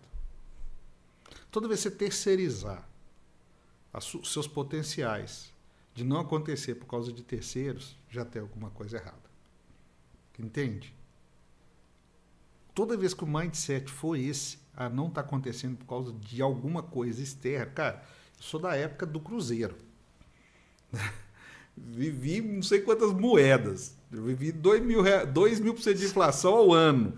Entendeu? Vivi tudo quanto é governo, vivi ditadura, vivi tudo. Cara, isso nunca me fez parar. Entende? Não, o governo tal vai assumir, meu negócio vai acabar. Cara, desculpa. Entende? Eu já vivi tudo isso, cara. Eu vivi 40 anos de mercado. 4 décadas. Né? Meu pai tem 81 anos, cara. Entende? Meu pai sempre falou isso, cara, esquece a crise, trabalha. O pai sempre falou isso comigo. Esquece a crise, trabalha. A crise vai passar. Entende? Então, assim, tudo isso eu acho que a gente tem que acordar e falar, cara, depende de mim. E vai ser duro. E pegando aqui, porque aí tem mais forte, o pessoal tá te vendo aqui sentado, então é diferente até, porque eu, por exemplo, eu já vi o Assis, depois vou pôr até a foto do Assis na motinha, e, cara, como que foi esse processo, psicologicamente também, quando você teve que parar de andar com as suas pernas e teve que começar a depender de outras coisas? Cara, quantos anos mais ou menos você tinha quando não dava para andar? Aí que entra os negócios. Eu tive a benção de ter... eu tive a benção de passar por muita dificuldade no sentido das pessoas me criticarem. Lembra que eu falei de pamonha, que é só terra lá, né? Faz muito milho lá. Lerdo, mole. Então, isso pra mim é aquele negócio. Chegou uma hora que você entrava aqui e saía aqui. Entendeu ou não? Aquela analogia. Imagina a sua casa. Se alguém põe lixo na sala da sua casa, você não vai querer que fique lá. A mesma coisa na sua cabeça. Entendeu? Então eu já estava acostumado com as críticas e com o processo. Por isso que eu explico sempre do processo. E eu sabia desde sempre que a AME ia chegar uma hora que ou ela me levar ao óbito ou ela, né? E esse óbito provavelmente passaria antes por eu não andar, né? E é aquele negócio, né? Todo mundo quer ir pro céu, mas ninguém quer morrer. Não é assim ou não? Eu sempre acreditei assim, mesmo com limitação, o filho tá vivo, entendeu? Não. É aquele negócio, entende? Assim, pô, o que você quer, né? Eu vi o YouTube esses dias, o cara falou assim, ó, a menina perguntou pro senhor assim, não, mas como é que você faz para ser tão longevo? Ele falou, só não morrer, ué. Né? Então, assim, você pensava nisso. E aí, foi nos idos de 2017, começou a acentuar muito, e eu comecei a cair, machucar demais. E aí eu percebi que realmente já não estava dando mais, que eu ia precisar de apoio. E aí você está certíssimo. É um processo que você tem que trabalhar em você muito forte, porque quem me vê, acho que tudo é tranquilo porque eu supero bem. Mas eu assisto com ele mesmo, teve as dores dele interna, né? Vou citar o exemplo do meu filho, do Estevão, porque o Estevão, eu joguei bola com ele, né? Eu andava com ele, passeava com ele em pé, andando e tal, e ele me viu transitando com andador para cadeira de rodas e tudo mais. O Emmanuel, que é o mais novo, só me viu na cadeira de rodas, né? Então, assim, ele né? Ele pergunta, às vezes ele me vê andando, porque eu ando pequenos passos, apoiado e tal, e aí ele fala, pô, papai, você anda, entende onde que eu quero chegar? E esse processo aconteceu um fato importante, porque, de novo, né? A gente acha que a vida é só flores. Todo mundo quer te olhar por status, por Instagram, e esquece da vida real. Nesse período, eu tinha acabado de comprar parte da minha última sócia. Eu estava sozinho na CIS, não tinha mais sócio. E estava crescendo, montando um time. E resolvi reformar minha casa, porque era de 2 andares. Eu subi desse escada todo dia, começou a ficar muito perigoso, de eu machucar. E fui pôr um elevador na reforma. E eu tive um acidente com esse elevador. E nesse acidente eu esmaguei minhas 2 pernas. Na verdade, eu estava saindo dele, imaginar que aqui seja a porta dele, né? Eu estava saindo assim, na metade ele desceu. Então ele me partiu no meio. Entendeu? Literalmente, minha parte de baixo ia para baixo, a parte... Como essa motinha que eu tenho, essa escura, era maior, ela suportou um pouco. E aí tem outro fato familiar junto. Eu tenho um filho de 12 e um de 5. Nesse intervalo, a gente perdeu 2 filhos. Minha esposa teve 2 abortos espontâneos aos 3 meses. E ela estava no terceiro filho, pós o Estevão, também aos 3 meses. Né? Então, psicológico, assim, filho. E aí, cara, teve esse acidente, na hora o elevador estourou essa moto, eu dei como se fosse um coice de cavalo, assim, eu fui para cima do elevador e minhas pernas ficaram presas, esmagaram demais. Minha perna ficou desse tamanho, assim, entre o elevador e o concreto. E eu fiquei preso dentro do elevador. E o pessoal viu, vizinhos lá, viu assim. Aí entra, cara, eu não sou religioso, tá? Eu não sou de religião. Eu acho que o que faz o coração é independente de religião, é do ser humano. Né? Eu acho que qualquer religião, ela não tem problema. O religioso tem. Né? Não adianta eu ir à missa, na igreja, no templo, seja onde for, e falar mal dos outros, e passar a perna e levar vantagem. Para mim, eu tenho isso. Né? Não é quando você reza, é suas atitudes. Né? E aí, cara, na hora a espiritualidade me ajudou muito, eu fiquei muito calmo. E esse pessoal que estava lá, o elevador era panorâmico, me viu e pressentiu que eu estava fazendo socorro, minha mulher saiu gritando para a rua, largou o portão aberto, eles entraram. E aí, cara, começou assim, eu estava em reforma na casa, eles chegaram com aquelas alavancas de pedreiro, foi a primeira ferramenta, eu do lado de dentro, como essa motinha é muito grande, ela fechou a porta, não tinha jeito de me tirar. E o elevador para descer. E eu fui instruindo eles, falei, cara, vai lá, escora esse elevador, que você descer, vai arrancar minhas pernas. Eles foram lá e escoraram. Eu tive tanta tranquilidade, imagina a dor e o momento que eu estava passando. Que os que ficaram em cima, eu pedi para ir lá para revisar. Falei, vai lá e vê se está tudo bem mesmo. Porque descer, se o elevador não descer, é uma questão. A segunda ferramenta que entrou dentro da minha casa foi um martelo. Eles quebraram ao lado das minhas pernas. O cara que quebrou desmaiou. Ele não aguentou a pressão, porque falou, cara, eu vou te machucar. Eu falei, machucado hoje eu já estou. Eu preciso de pôr minhas pernas para dentro. Eu com medo do elevador descer ainda. E aí, por fim, meu vizinho atravessou com uma machadinha, tipo aqueles de índio, e quebrou, porque ele quebrou minha perna aqui, e quebrou aqui e aqui, mas não conseguia chegar embaixo. Aí esse machadinho quebrou, eles empurraram minha perna para dentro do elevador, essa hora eu estava tranquilo. Se eu descesse, eu já não corria esse risco. Chegou o bombeiro, chegou a ambulância, me levou para o hospital. Resumindo a história toda, porque ela é longa também, o dia que eu fui descer para a cirurgia, ao chegar na sala de cirurgia, a enfermeira perguntou, né, de que você tem alergia? Eu falei, não, só de elevador, que eu conheço até hoje, entendeu? E todo mundo fez isso, cara, riu, a sala riu. Eu nunca tinha visto médico na minha vida. Cara, esse médico, desde a hora que eu saí da cirurgia, ele foi lá no quarto, entendeu que eu tinha AME, me ofereceu um gesso mais leve, que eu tinha chegado dos Estados Unidos, conheci, porque imagina você de gesso, a pressão que é, imagina em mim, cara, 100 vezes mais. E aí isso me ajudou. Eu cheguei em casa sexta-feira de carnaval, quarta-feira de cinza, eu falei, põe um pijaminha melhor aí que eu vou trabalhar. Falei, meu filho, você já não andava direito, esse monte de ferro, né? E os médicos falaram, cara, vai ficar 6 meses de cama, com esse monte de ferro na perna, você vai atrofiar muito, a AME vai te comer viva aí. E aí, de novo, né, risco de morte e tal. Eu falei, tá tudo bem, né, eu vou ter que passar. Então, só para você entender, foi na mesma época que eu estava ficando cadeirante, eu vivi esse mesmo processo. E aí, fui para dentro do meu quarto e aconteceu um fato importante, que a gente precisa ser exemplo. Meu filho de 7 anos, na época tinha 7, chegou sem a gente falar nada, cara, nada. Puxou um colchão do quarto dele, colchãozinho, pôs no chão do meu quarto. Falou, pai, minha mãe tá grávida, ela não vai poder te ajudar. E eu vou te ajudar. Cara, ele limpava minha bunda, me dava banho, fazia xixi numa reca, levava, jogava no vaso, dava descarga, notebook, tomada, água, comida. Ele me ajudou em todo o processo. Ficou do meu lado. E aí a gente tem que prestar atenção nas pessoas. Eu estava em reforma, lembra disso? A minha casa toda quebrada, cara. Eu comecei a fazer as reuniões todas dentro do meu quarto. Nego de terno e gravata até meia-noite, 1h, sentado ao lado da minha cama, eu fazendo fisioterapia às vezes durante o dia, fazendo a reunião. Os pedreiros estavam na minha casa, geralmente o pedreiro para 4 e pouco, eles começam mais cedo, né? Eles me esperavam eu terminar as reuniões para me dar banho, porque tinha que me carregar. Minha mulher não dava conta de me carregar sozinho. Ou seja, às vezes o cara ficava lá 2 horas. Ele não era pago para aquilo. Ele me ajudou. Me levava, me punha, né? Porque para transferir da cama para a cadeira de banho, minhas pernas muito machucadas, né? Eu fiz 2 M&A deitado nessa cama. Eu vendia a maior empresa de cristal e vidro da América Latina, a maior indústria. E vendia a maior empresa de material acabamento de construção, de alto padrão. Pisos, chuveiro de 140 mil, piso de 6 mil reais metro quadrado. Os 2 maiores M&As eu fiz deitado na cama. Tanto é que um desses fala comigo até hoje. Cara, eu tô medo de você. Eu falei, por quê? Você deitado, você me vendeu a empresa, você é nessa cadeirinha. O que você não faz comigo, entendeu? Então, assim... E eu lembro perfeitamente que eu virei para esse médico começou a ir na minha casa me atender, cara. Aí entra o outro profissional, né? Porque só que médico é frio, né? E tal, não pode se envolver. Cara, o cara ia na minha casa. E só não foi o dia que a mãe dele teve um AVC. Até eu fiz 20 anos de empresa ano passado, comemorei. O Gustavo Borges foi o meu mestre sem cerimônias, né? Vários que estão lá no First foram. Eu homenageei esse médico. Chamei ele a esposa, homenageei ele, porque ele foi um profissional de alto padrão. Entendeu? Ele me atendeu e eu comecei para o escritório com 30 dias de cadeira de rodas e ele ia lá, me deitava na mesa de reunião e me atendia lá. Até um dia que eu saí da reunião de cadeira de rodas e voltei andando. Todo mundo chorou, eu chorei também, entendeu?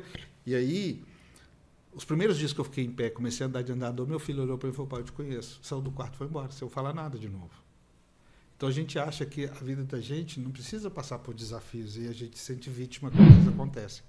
E eu passei por esse processo super delicado, com AME, né, com ferimentos gravíssimos, com esse momento de empresa, de família.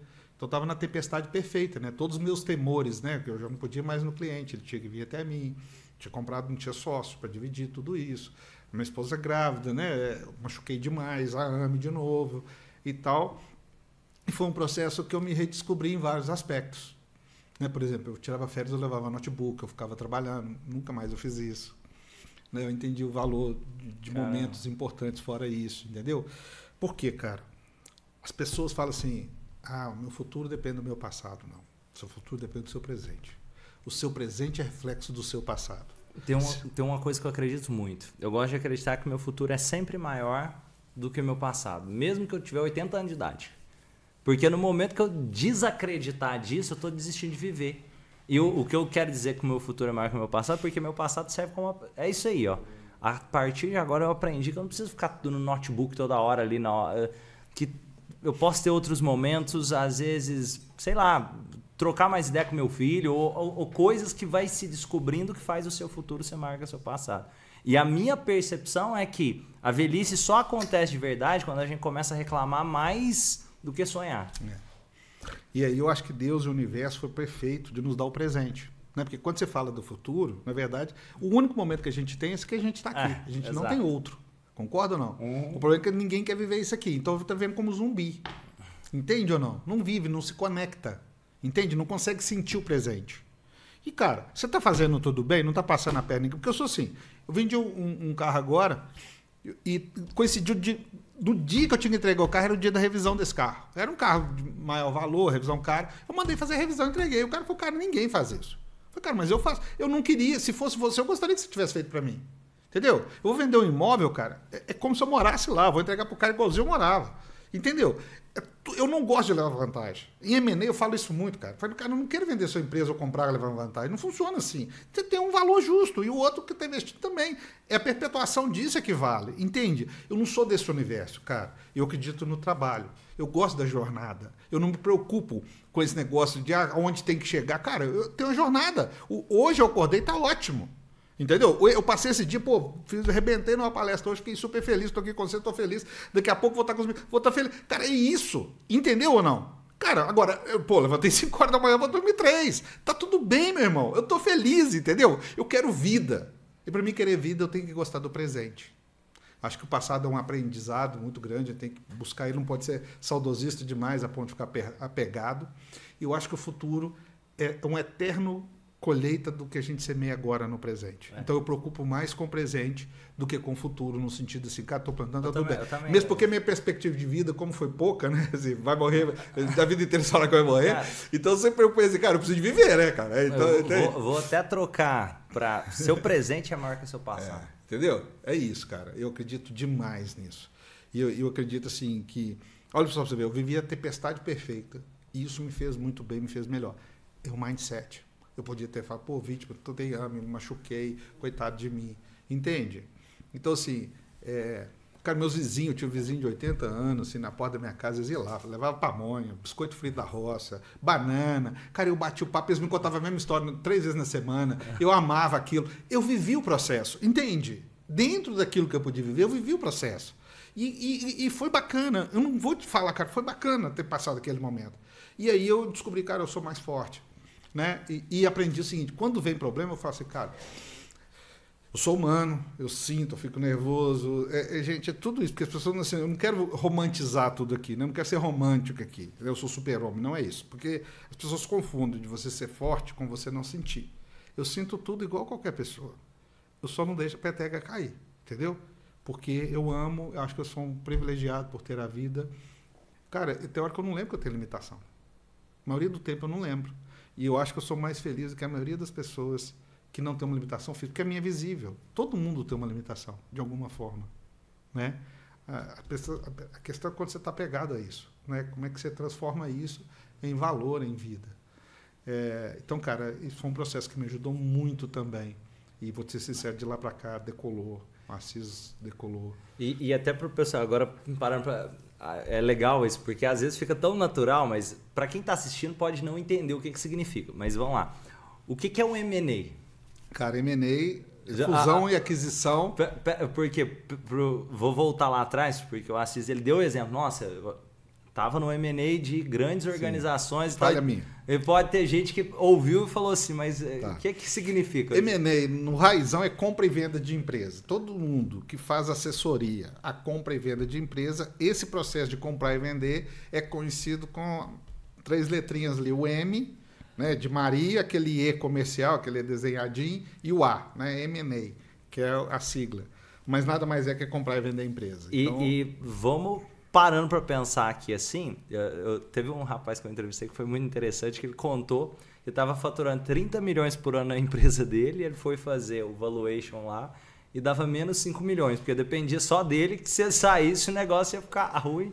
E é um processo interessante pensar sobre isso. O que você...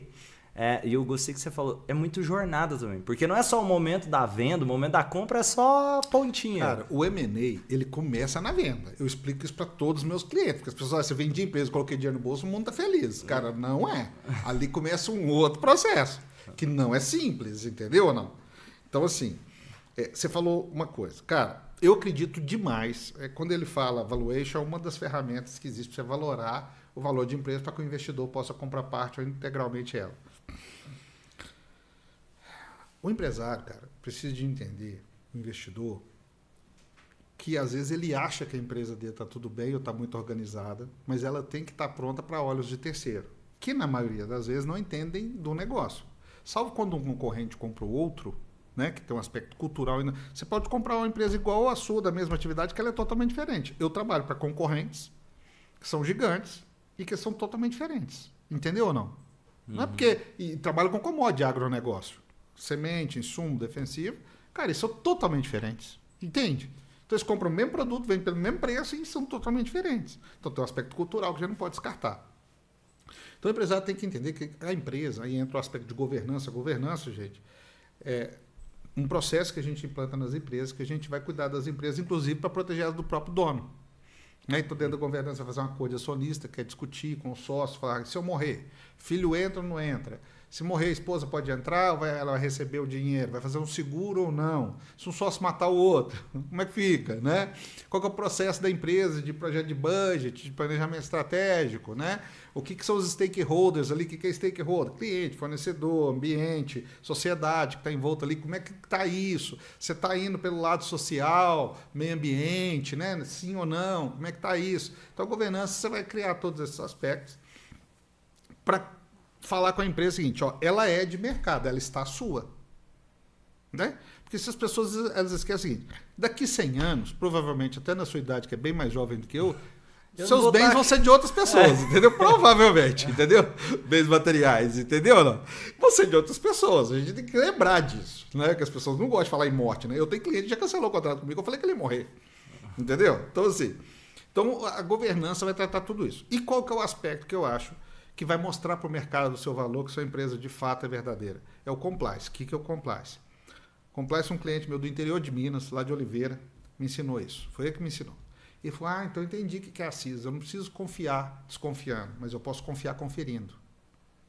Então é o seguinte, o aspecto de compliance é que executa, não valida. Se o contador faz a contabilidade, ótimo, eu não estou desconfiando nada disso, mas vamos validar alguém que tenha profundidade e técnica para isso.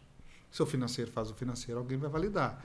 E assim é um processo. Então o processo de compliance é um processo que o time da CIS entra para olhar os organismos internos da empresa, vai desde os processos de controle interno, KPIs, indicadores, contábil, financeiro, tributário, custos, BI, que a gente chama relatórios de gestão interna, né?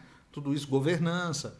E validar com o olhar de fora, de quem não está contaminado no olho do furacão do dia a dia, para gerar mais valor e para as pessoas entenderem que vai ter alguém de fora olhando para elas, que pode ser banco, pode ser fundos, pode ser investidor, pode ser um concorrente que queira comprar. Então você vai acostumando com aquela linguagem de prestar conta, mesmo o negócio sendo seu, ou de ter um funcionário teoricamente de confiança e ele ter que entender a cultura de prestar conta. Para entender o que está acontecendo realmente, porque de repente... Nossa, eu tô achando que o meu negócio está indo bem, de repente ele tá fechando ali com... Aconteceu isso esses dias. Eu entrei numa empresa grande para o setor, com um número de funcionários gigante, que tinha C-levels lá dentro, né? E quando eu fiz o parecer, eu falei, cara, vocês estão no momento de liquidez. De ficar líquido, né? De entrar no problema de caixa sério. Não, de jeito nenhum. E os C-levels defendendo, porque eles eram os investidores e tinha gestores. Os investidores não estavam mais na operação. E tinha uma relação de confiança. Entendeu?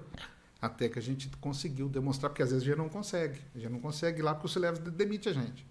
Né?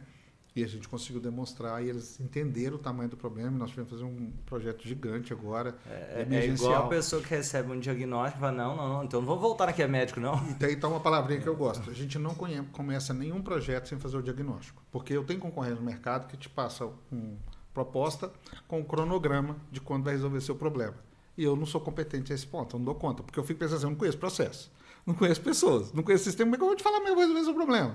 Então a gente começa fazendo um diagnóstico. Eu quero entender como é que você está, bateu a selfie. Não quer que você se organiza para me te entender, entendeu ou não? E eu vou te mostrar. Seu financeiro está assim, com o meu olhar de fora, a gente faz um olhar crítico de investidor, de due diligence, que é um processo de validação para compra de empresa, e de fiscal, como se fosse o fiscal de fora. E eu te entrego o seu mapa. E através daquilo, com os planos de ações, você vai vendo nossa evolução e nossas entregas. Entendeu? Então, assim, a gente trabalha nesse formato, porque como é que eu vou te falar um cronograma se eu nunca te vi, cara? Aí quando você ir no médico e fala assim, não, vai lá fazer uma quimioterapia. Ué, olha para minha língua primeiro, né? Entendeu ou não? Entende? Então, assim, a gente começa assim, e na saída também a gente entrega um relatório de diagnóstico mostrando como está a empresa, entrega tudo, cada setor e tal. A gente trabalha muito assim. Esse ano a gente passa de 10 bi sobre gestão. 10 bi sobre gestão. Esse ano a Assis está nesse processo. Cara, e vou pensar aqui assim, o que você acha que de mentalidade que ajudou muito o Assis, sair do Assis lá, que começou lá simples, começando a trabalhar aos 11 anos de idade do jeito que dava, de influência de roça e do jeito que era, para conseguir construir uma empresa que tem 10 bilhões sobre gestão? Cara, sinceramente, esses valores de infância foram uma base, porque eu brinco o seguinte, você está vendo esse prédio aqui, tudo é lindo, o acabamento é bonito, mas ninguém olha ver a fundação, né? E a minha fundação foi muito forte. Eu não vou, cara, te mentir, eu ser xingado, eu ser bulimizado, tudo isso me fez muito bem. Me tornou forte e capaz de suportar os processos. E integrar muito com pessoas. Eu sempre fui um cara de muita conexão. Eu acho que isso cria credibilidade. Eu não tenho um ex-cliente que a gente não se fala. Eu nunca processei um cliente, o cliente nunca me processou, o fornecedor a mesma coisa. Cara, eles vão na minha casa, dormem na minha casa. Eu gosto de citar um exemplo de um cliente, cara, são pessoas de agronegócio, tem grandes fazendas, gigantes. E a mãe deles, né, Dona Salete, deve ter seus 90 anos, cara. A gente troca o WhatsApp todo dia. Entende? Olha a conexão que ficou. Os filhos deles, os dois passaram pelo meu escritório e o processo de sucessão foi trabalhar comigo. Entende? Então, isso é mais do que um legado de dinheiro e comercial. E eu sempre gostei muito disso, dessa integração. Eu tenho vários depoimentos no meu Instagram dos clientes que me comovem muito nesse sentido. Porque o cliente que me paga, tem que fazer sentido, né, que ele está me pagando. O ex-cliente, cara, né, quando ele tem esse respeito, que ele te busca, que ele te traz novos projetos, que a gente sempre tem como ali, até um psicólogo tem horas, né, que é desabafar ali, isso é muito legal. Então eu acho que essa integridade ética, a gente sempre tratar o que tem que ser tratado, porque eu sou muito transparente com meus clientes, entendeu? Eu não falo para ganhar dinheiro, eu não deito na cama por causa disso. Eu vou falar a verdade, às vezes o cara não gosta, entendeu? Não.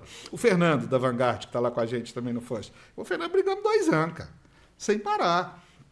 Entendeu? Temos um projeto de ser a maior empresa hoje da América Latina, né? A maior da América Latina. Então, muita porrada, muito respeito, mas assim... É igual um relacionamento. Exatamente. Entende? E colocando... O que você pensa aí de projeto de futuro para você? Cara, eu penso todos os dias me tornar uma pessoa melhor. Né? Eu quero muito trabalhar isso em mim, então assim, as minhas durezas e minhas bravezas, tentar diminuir esse estresse de alguma forma. Precisa das pessoas e nem todo mundo consegue transformar o lixo exatamente. Dentro... não deixar soberba, né, contaminar, porque às vezes a gente tem alguns aspectos que acaba isso te chamando a atenção, fala, opa, peraí, que não é meu caminho. Eu sou um cara muito de raiz, então se eu tenho amigos de 40 anos, de 30, amigos de muita simplicidade que eu levo. Meus tios mesmo, eu levo eles muito para minha casa. Esse dia faleceu um tio meu, a gente estava no velório, minhas tias falaram, pô, você é o único sobrinho que convida a gente, que leva a gente na sua casa, que chama para festa. Né? Eu gosto muito disso. Quero ser um melhor pai, né? Deixar um exemplo para os meus filhos. Ser melhor como ser humano. Eu acho que quando a gente é melhor como ser humano, as questões profissionais, de relacionamento, vem tudo junto. Né? Então, essa é a minha proposta sempre. E viver, cara. E viver, tá conectado. E o que é momentos felizes que você pode compartilhar? Assim? Lógico que tem vários, mas pensa alguns aí. Cara, eu tenho um momento que eu amo, que é estar com meus filhos à noite, lá no quarto, na cama, brincando. Eu tive um depoimento, fez 50 anos, fez uma festa. Meu filho de 3 anos, de 5 anos, fez um depoimento, porque tinha 4, fez um depoimento, falando que a coisa que ele mais gostava de mim era jogar bola. E um monte de gente veio conversar isso comigo, né? Falei, cara, mas como jogar bola, né, velho? Você é deficiente e tal, mas, cara, é isso que a gente tem que entender, entendeu? Não? Então, assim, é isso, cara. Esses momentos de simplicidade, eu amo estar com meus pais, com a minha família, eu amo estar com os meus amigos em momentos ali extremamente relaxados, que a gente é muito verdadeiro um com o outro. Eu amo trabalhar. Eu gosto muito do que eu faço, cara. Então, assim, por mais que seja longevo de horas, viagens, quando você está bem, quando você faz aquilo com carinho, tudo, cara, assim, para ser sincero, eu tenho poucos momentos e geralmente de coisas mais cotidianas e simples, que é aí que eu quero melhorar para isso não me contaminar tanto, porque os estresses bravos mesmo eu levo bem, sabe? Então, assim, às vezes são as mínimas coisas que às vezes me tiram ali da estabilidade, eu quero trabalhar bem mais isso. E, cara, eu sou feliz, eu sou realizado, eu quero ser melhor e ser melhor para mim mesmo também, né? Porque eu acho que esse encontro da gente com a gente mesmo é muito importante. Eu estou procurando me conhecer mais ultimamente. Boa. E o que é dinheiro para você? Dinheiro para mim é uma consequência de algo que você faz com dignidade, com ética e sem levar vantagem. É uma ferramenta para te proporcionar situações e momentos dentro daquilo que te faz bem, porque também não adianta você usar ele, por exemplo. Eu tenho amigos que ganham muito dinheiro e que são super simples e está tudo bem.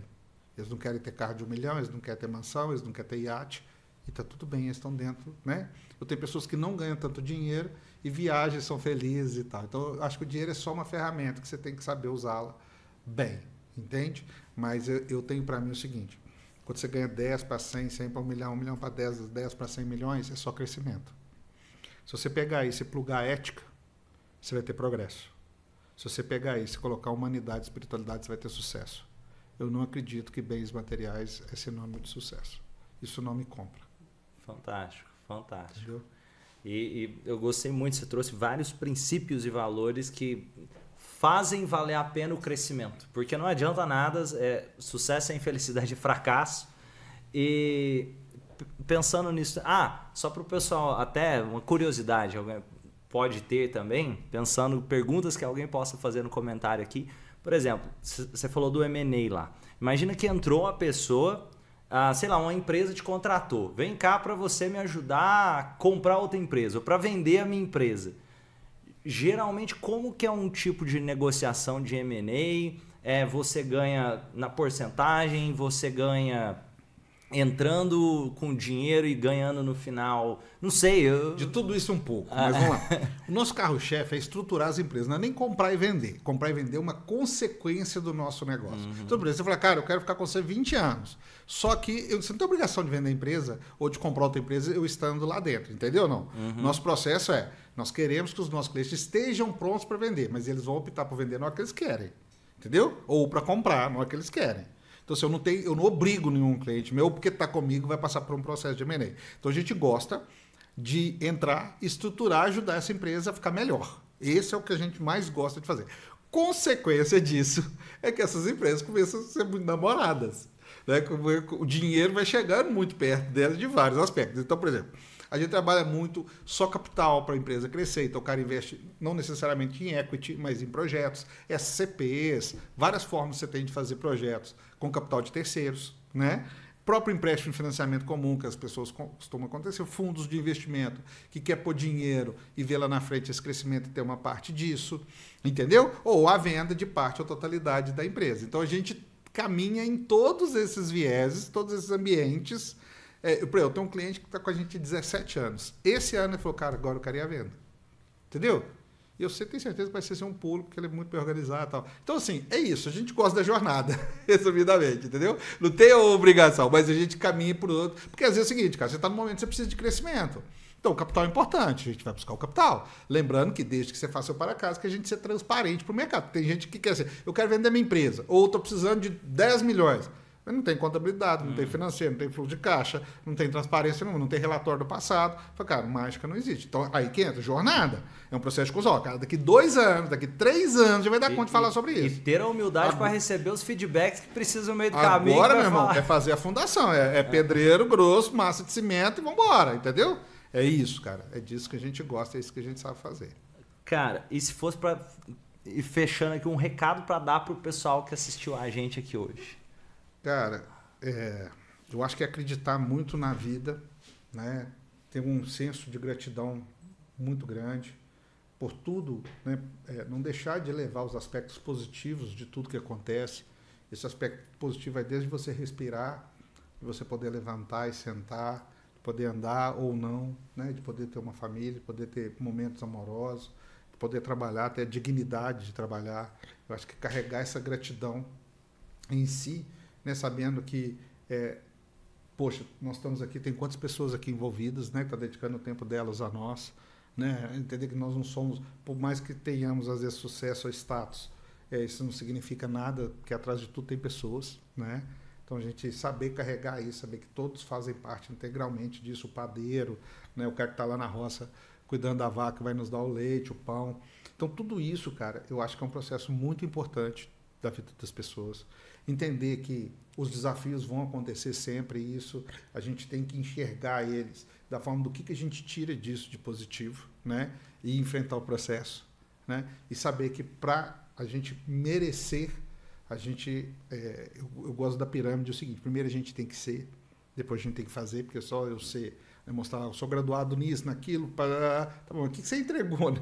Nada, qual que é o seu resultado? Nenhum, né? Então fazer, né? Para depois ter, né? E não precisa ter pressa para isso. Esse mundo assim, 3 meses eu vou ficar rico, 1 ano eu tenho que ficar milionário, esquece isso, né? É gostar da jornada, fazer ela bem, ser muito grato à espiritualidade, a Deus, ao universo, a todos aqueles que apoiam a gente no dia a dia e entender que a vida é um passo cada dia, que o presente é importante e agradecer muito, muito, muito, gratidão sempre. Igual eu estou por você aqui agora. Eu lembrei de uma história que eu vou compartilhar que eu acho que pode trazer até boas reflexões. Na mitologia grega tem a história de Sísifo, que basicamente ele sofreu um castigo. Ele foi castigado pelos deuses porque ele enganou os deuses e ele tinha que ficar carregando uma rocha em direção ao topo de uma montanha. Só que ele nunca consegue chegar ao topo da montanha. O castigo dele é esse. Tem até retratado, talvez alguns já viram, talvez você já viu, um cara empurrando uma rocha assim, morro acima. A questão é que nunca ele ia chegar no topo da montanha porque o castigo dele era esse. Na hora que estava chegando, tinha que começar de novo e ficava esse eterno sem conseguir chegar ao topo da montanha. Quando pensa nessa história a primeira vez, essa história parece uma história triste, de falta de significado, como se Sísifo ia ser feliz. Ele ficou a vida inteira carregando uma rocha sem chegar no topo da montanha. Só que se a gente para olhar mais profundamente, e tem um autor que traz mais isso, Camus, e é interessante quando a gente para pensar na nossa vida. Porque Sísifo talvez tenha sido feliz. Como assim Sísifo tenha sido feliz carregando uma rocha sem chegar no topo da montanha? Vamos pensar aqui no dia. A gente tem 24 horas, o dia vai acabar. Eu posso empurrar a rocha o tanto que for que o dia começa de novo, no outro dia. Aí tem a semana. Tem gente que vive só pelo final de semana. Pensando que vai chegar lá no fim e depois começa de novo na outra semana. Então, essa vira de novo. O mês, o ano e a vida. E no final, todo mundo vai morrer. Então, parando para pensar nisso, no meio dessa jornada, eu estou carregando uma rocha e que não dá para chegar no topo. Eu vou estar carregando a rocha. Eu acho que no momento que eu consigo entender que Sísifo pode ter sido feliz carregando essa rocha, porque ele foi encontrando significado e achou um jeito de ver felicidade naquilo, eu acho que também dá pra gente pensar em encontrar a felicidade no meio da nossa vida. E complementando isso, eu acho que se ele chegasse lá no topo da montanha, beleza, isso é uma conquista baita que tem que comemorar mesmo, né? O cara é muito fera. Mas ele passar 1 mês, 2 meses, 3 meses, é possível que ele ficar já entediado, entendeu? Ia ter que outra montanha para subir. Todo mundo que chega no cume da montanha, né, lá no topo, vai chegar uma hora que eu acho que o dever dele é descer e ensinar o caminho. Né? Então, eu acho que a gente não pode esquecer, mesmo quando chega, né, eu acredito demais na jornada de carregar a pedra, mas eu fico dizendo, não, beleza, ele subiu. Mas, né, ficar só lá em cima sozinho, porque quando você é muito bom no que você faz, você consegue chegar lá, também é muito solitário. Eu falo, quem cuida de quem cuida das pessoas? Né? O auxiliar procura o analista, procura o gerente, procura o diretor, procura o presidente procura quem? Né? Então, chegar lá no topo também tem muita ilusão que chegou lá, acabou, não. A jornada começa no outro dia. Eu falo isso muito com as empresas. Nunca acaba. Né? O processo nunca vai acabar. E todo mundo que acha que chegou no topo e está super bem é o primeiro passo para o declínio. Entendeu? Então, é melhor você descer e ajudar os outros a percorrer esse caminho. Muito bom. Para fechar, como o pessoal faz para te encontrar? Cara, eu tô aí nas redes sociais, né? Tô no Instagram, @Assis_Gestão, tô no YouTube, @Ale_Assis e nas demais mídias sociais aí. Acompanha o Assis, vale muito a pena o conteúdo dele. Para quem não é inscrito no canal, lembra de se inscrever, deixar o gostei se você gostou desse conteúdo e quiser receber mais conteúdos como esse. E claro, seu comentário é sempre bem-vindo. Na descrição eu vou deixar as redes sociais do Assis e também as redes sociais aqui do Instituto Romani, caso você quiser conhecer mais. Um grande abraço para você e foi um prazer estar com você, Assis. Prazer todo, meu irmão. Valeu demais.